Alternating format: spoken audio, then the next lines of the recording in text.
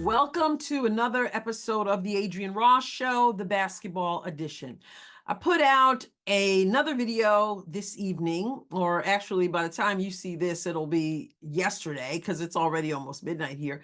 But just a few hours ago, I put out a video and I said that I was going to do another video and I'm going to talk more about Angel Reese and about her coach, Coach Teresa Weatherspoon.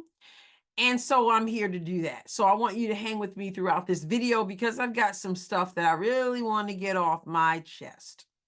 But before I do, I got to make a few comments. I put out a video on Friday before the Fever Chicago game, and it was about the media, it was about PR, it was about Caitlin Clark, Kelsey Mitchell, and Lexi Hall in that hilarious post-game moment when Lexi Hall said something and it just caused Caitlin to lose it. And then she wanted to make sure she wasn't losing it by herself. So she turned to Kelsey Mitchell. They just lost it, and how it was just hilarious. And then I talked about the fact that had been cut out of the Indiana Fever's video. And so I shared that and I related it to the importance of PR, knowing who your target audience is. And so they made a PR decision. Now, some of you got where I was coming from. You knew I was not, I was not saying that the girls were wrong or anything like that. I said it just happens, right? You just find yourself saying something and then you're like, oh my goodness, what did I just say? And so no, but there were some people who I'm guessing kind of passing through and don't know me or whatever. But some of those comments were called, I was being like a Puritan. I was advocating censorship. I was woke. That's laughable. In fact, in the video that I referenced about the 5 things that I would do as WNBA commissioner ASAP, I railed against wokeness. So I thought, what, me woke? I'm the least woke person you gonna find. But yeah, it was sort of like I wanted to censor them and all this other stuff. And I'm like, no. Like, and some people felt like, it was so relatable and it was so real and it was just so funny that the WNBA, or not the WNBA, because it was the Fever organization, that the Fever should have left that in and not kept people from seeing it. I want you to have a different perspective here. Yeah, that mess was funny. Yes, we made them relatable. Like, oh my goodness, they're just like regular people. And it's just funny. But let me tell you how PR works. Let me tell you how smart PR and stuff will work for you. The Fever organization knew that the video was out there, right? So it wasn't like they tried to hide the video from us. They knew it was out there. They knew we would see it. They knew that podcasters like myself and others would show it, would laugh about it, would talk about it, that everybody would get the same effect that you got and that you wanted everyone to get. They knew that the video wasn't hidden, right? So the video gets out. We get a great laugh. We're loving these girls, all that stuff. And yet the team itself remains squeaky clean, so to speak. So it's genius. It's the best of both worlds. It's perfect. They're going to see the video. The video is out there. We're going to make sure it's out there. We make sure they see it. But when they go to our page, then we don't have it on our page. So you get the best of both worlds. It reminds me of politicians or businessmen or people, public figures that, they have surrogates. And I know because I've been in that situation. You have a surrogate and your surrogate does it for you. There are times when, as a politician, for example, you may want to punch back. You may want to push back. You may want to say something. But you have your surrogates say it. You have your surrogates write it. You have your surrogates do it. And then when they look at you, you're just all squeaky clean, you see? And so it's the best of both worlds. You get to sort of be above the fray while you still get your message out. And so the Indiana Fever was able to, they know we're going to see the video, right? It's out there. But at the same time, when you come to their page, or when the 12-year-old comes to their page, or the person looking at the professionalism of the league come to their page, they don't see it. Yet we all get to see it. You see, it's perfect. It's perfect. That's what I'm trying to say in terms of training and being smart and how to do these things. If they had put it on the page, would it have been the end of the world? Absolutely not. We all would have just laughed there. But again, you've got to determine, where your priorities are. So that's all that I'm saying. So for those of you who misunderstood, yeah, that mess was mad funny, without a doubt. Okay, now to today's point. Teresa Weatherspoon and Angel Reese. I have to tell you that at the end of the game, where obviously the Indiana Fever defeated the Chicago Sky 100-81, my stomach was churning at the end of that game. You have to understand, I've been playing basketball and being involved in basketball all of my life, pretty much. And I guess I'm somewhat of a purist. I didn't say Puritan like the other person called me, but a purist. And I think the game is supposed to be handled with integrity. And what we saw at the end of that game was not integrity. And again, I'm surprised at Coach Teresa Weatherspoon. Angel Reese had, I believe, 7. I remember when she had 5 points in the game. And then the commentators were staying away from the whole double-double talk because she really wasn't having that great of a game. She wasn't having a great game, period. And then when she hit 7 points, then they went for it. And they were like, remember, we were on double-double watch, right? And I'm going, here they go. You've got 5 points. And then they're saying, yeah, she just got 2 more points. She's close to that double-double and she can set a record tonight. And I'm thinking, what an embarrassment.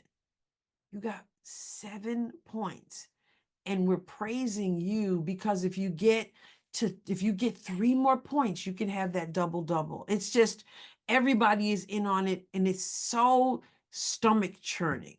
And it's a disgrace. I feel it's an insult to Angel Reese, but she seems to not mind it, kind of like, making her mark with it. It needs every commentator, every coach, every media personality who is getting involved in this nonsense should be ashamed of themselves. But that was the conversation. And then they start to clear their bench because the Fever winning by 20 points, right? So time to clear your bench. Teresa Weatherspoon decides that she's going to clear her bench, take her starters out, except for Angel Reese. Angel Reese didn't have the double-double yet. So what does Teresa Weatherspoon do? She keeps Angel Reese in the game. Now, it's her team. I'm not like Noelle Quinn. I'm not going to go over to another coach and tell her what to do, okay? If she wants to keep Angel Reese in, then she can keep Angel Reese in. But we can also critique why she kept her in. So she keeps her in, and then Angel is begging for the ball and thirsty for the ball and doing and looking all kind of wild, trying to get the double-double. That's the embarrassing part. This game is not supposed to be a game where you need to get up to 10 points so we can herald some kind of fake double-double that doesn't matter. You're down 20 points and your 10 are just not. I mean, Cece's over here, 31 points, 12 is, just balling, just trying to win and just balling, and you're chasing stats and your coach is complicit. She leaves you in the game. Now, let me explain something. Now, as a coach, as someone who coaches, I want the best for my players.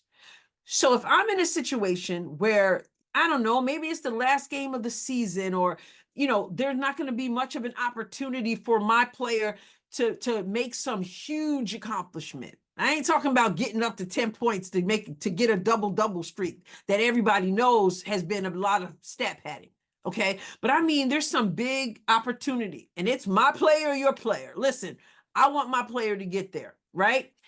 Like I said, some big kind of accolade, not another opportunity perhaps to get there.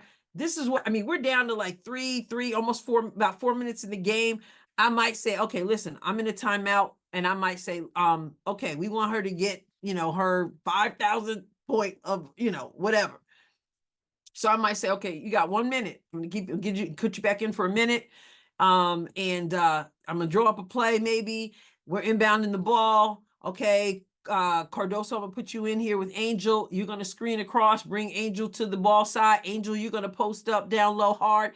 And that's it. You got one possession. And that's it. And I'm not talking about to get a double-double. I'm not talking about that. I'm talking about maybe some huge accomplishment. Maybe it's coming down to the, something huge or big, and this is the last game of the season or whatever. Or you're ending your career, you're about to retire. I don't know. And I might say, okay, you got one more possession, and then we're gonna clear the bench. But just to get just to pad your stats like we're seeing with Angel Reese is embarrassing. And if they weren't padding stats, this would be the deal. Now you've got players on the floor who don't generally play as much as Angel Reese, okay? So this is what I would think Angel would do. Like you see people do all the time. You want to see those players who don't get to play as much. You've been playing the whole game, pretty much. You want to see them shine. You're going to lose the game. You're down 20. You want them to be able to do a little something. So if you're not selfish and you're not just going to pad your stats, what do? You set them up. You do something for those players. But what you saw, what anybody honest will admit they saw, is someone who is thirsty to get a stat that now means absolutely nothing. You have reduced what it is to play this game. You've reduced it to some fake thing, and it's fake. How is your 10 and 10 more valuable than a Kelsey Mitchell dropping 23, or Timmy, who only may have 2 or 3 points, but she's doing incredible defense? How is that? Or Lexi Hall, who's just come alive and she's scrappy and she's getting her hands on all kinds. She's getting her hands on the balls, right? I mean, see how that works, right? I didn't plan that, but I went with it. So yeah, so Lexi, I mean, how is what they're doing the game a disservice. I've said this before. They're doing Angel a disservice. And then now they could breathe and say, she's still in the running for Rookie of the Year because she got the double-double, even though she had 10 and 10. It's laughable. And I just think that Coach Teresa Weatherspoon is hurting them. We talked about this. We went deep into this in my live at the end of that live video there of the game. I talked about this. This is so. If you're her coach and you care about her, you're not doing this. You're not making you shouldn't be making the focus another statistic. You shouldn't be making the focus another fake something to make you feel. You shouldn't be doing that. You're hurting her, and then you're hurting your other players who you're not clearly investing as much into, because you've got this mindset. And I don't know why. I don't know why there's this whole mindset. Well, maybe I do know why. Maybe this is all tied into Caitlin Clark, because why aren't you using this opportunity to build up other players, to teach other players, to help Angel become better and to live out her potential, instead of feeding her with the idea that she's this great player that she's really not, because she has these doubles that mean absolutely nothing, because you're at 5 points and we're praising you getting to 7 because now you're closer to this so-called double-double, which we all know means jack nothing. And you leave her in. You hear me? You leave her in the game. And she's not in the game. I mean, like, why? Why? A lot of, most players are going to take them out. They're going to make sure they don't get hurt if she's your so-called star player. But meanwhile, she's the only one in there. And then here's the thing that bothers me about a lot of this bothers me. But one thing that bothers me most, they know that we know. They know. Teresa Weatherspoon knows that everybody's thinking Angel Reese is the only starter in this game. So she gets her double-double, which means nothing because she's going against Wallace and Berger, players that don't, and Saxton, who don't get to play. But she's going to try to bang in there and get it to them and go all hard as if, instead of setting up somebody else who doesn't get to play so that they can get their points. And Teresa Weatherspoon knows that we know what's up. Everybody knows. We're looking at it. We see it. Everybody in the crowd knows it. You got Sue Bird sitting there. She knows it. You got Shaq. He's there. He knows it. And you've got no shame. You're still going to do it. You're going to do it no matter what, because you're so invested in Angel that you're a detriment to her. It's embarrassing, and it just makes my stomach churn that this is what the game has been reduced to. And why? Why? I feel like Teresa Weatherspoon, I thought that she would, like I said in the last video, that she would be good for these young ladies. I'm seeing nastiness. I'm seeing all kind of stuff, but I'm also seeing a disrespect for the game itself from someone as Teresa Weatherspoon who played this game so intensely. And then now she's got Angel Reese, and for whatever hold Angel has over her, she's bound to make sure she gets hers, even though it means nothing, because the double-double means nothing anymore. It doesn't mean anything. It's all about me. I heard somebody in the comments, I don't remember your name, somebody said they're not rebounds, they're me-bounds.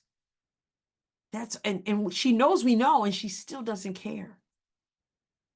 Man, these girls, no wonder Marina maybe wanted to get out of there. She could see through the whole mess.